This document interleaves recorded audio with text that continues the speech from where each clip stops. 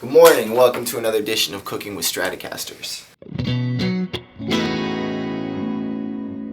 Hey guys, Paul Camegno from Music Store Live. We got another 63 Stratocaster for you, so let's take it apart. These look like the original Kluson Deluxe tuners. You can see the hole in the tuner where you'd add grease is also the O in Kluson. You can see that they've got metal washers. On the repros, that's white nylon. But we're going to take one off anyway, because even though they look original, I'd like to see if there are any holes or delves. It's totally original.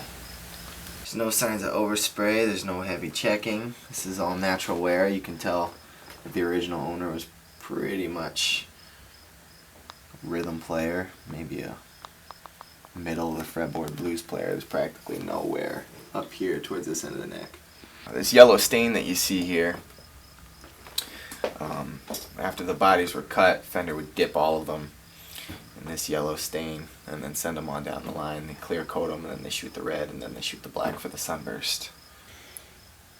And just in case any of you were wondering if it's refinished, it most certainly is not. Fender patent pending. It's all good. These height screws may have been replaced.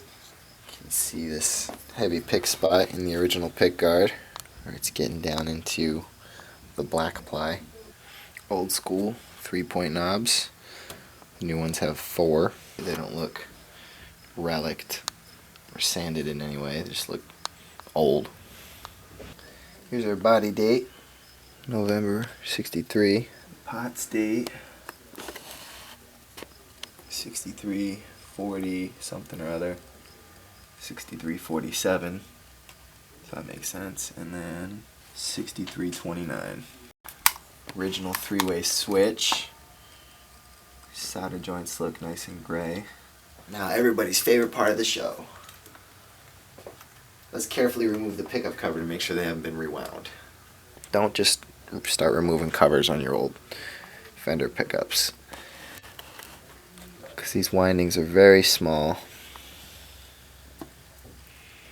and they're very old.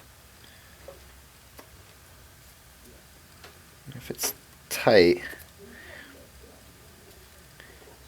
you could snap them, and then you do need to have it rewound. This one doesn't look rewound. This is the right color orange. Some nice dirt and grease in there. So it's likely that the pickguard screws have been replaced at one time, considering the difference between the jack plate screws and the pickguard screws. So this has clearly been refretted pretty recently too. It doesn't look like there's any wear on these frets. This guitar player obviously lived in the middle of the fretboard. A minor blues player. So there's some pitting in there. It doesn't look like it's really going to affect how the guitar plays because of the new frets and the height on them. But I think once this guitar gets old enough to deserve another refret, probably be time to plane it a little bit. This is a new nut, but we did a good job of finding a nice old looking one. The original nut is included. I see the logo. 3 patent numbers under the synchronized tremolo mark, spaghetti style font.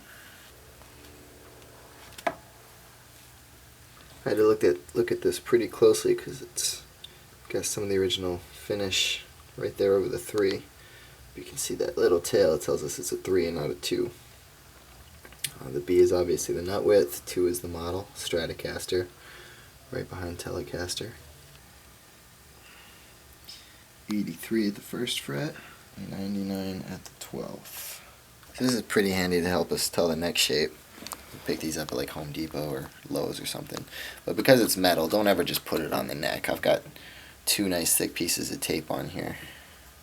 And I'm going to press very, very lightly. I'm not going to try and force it.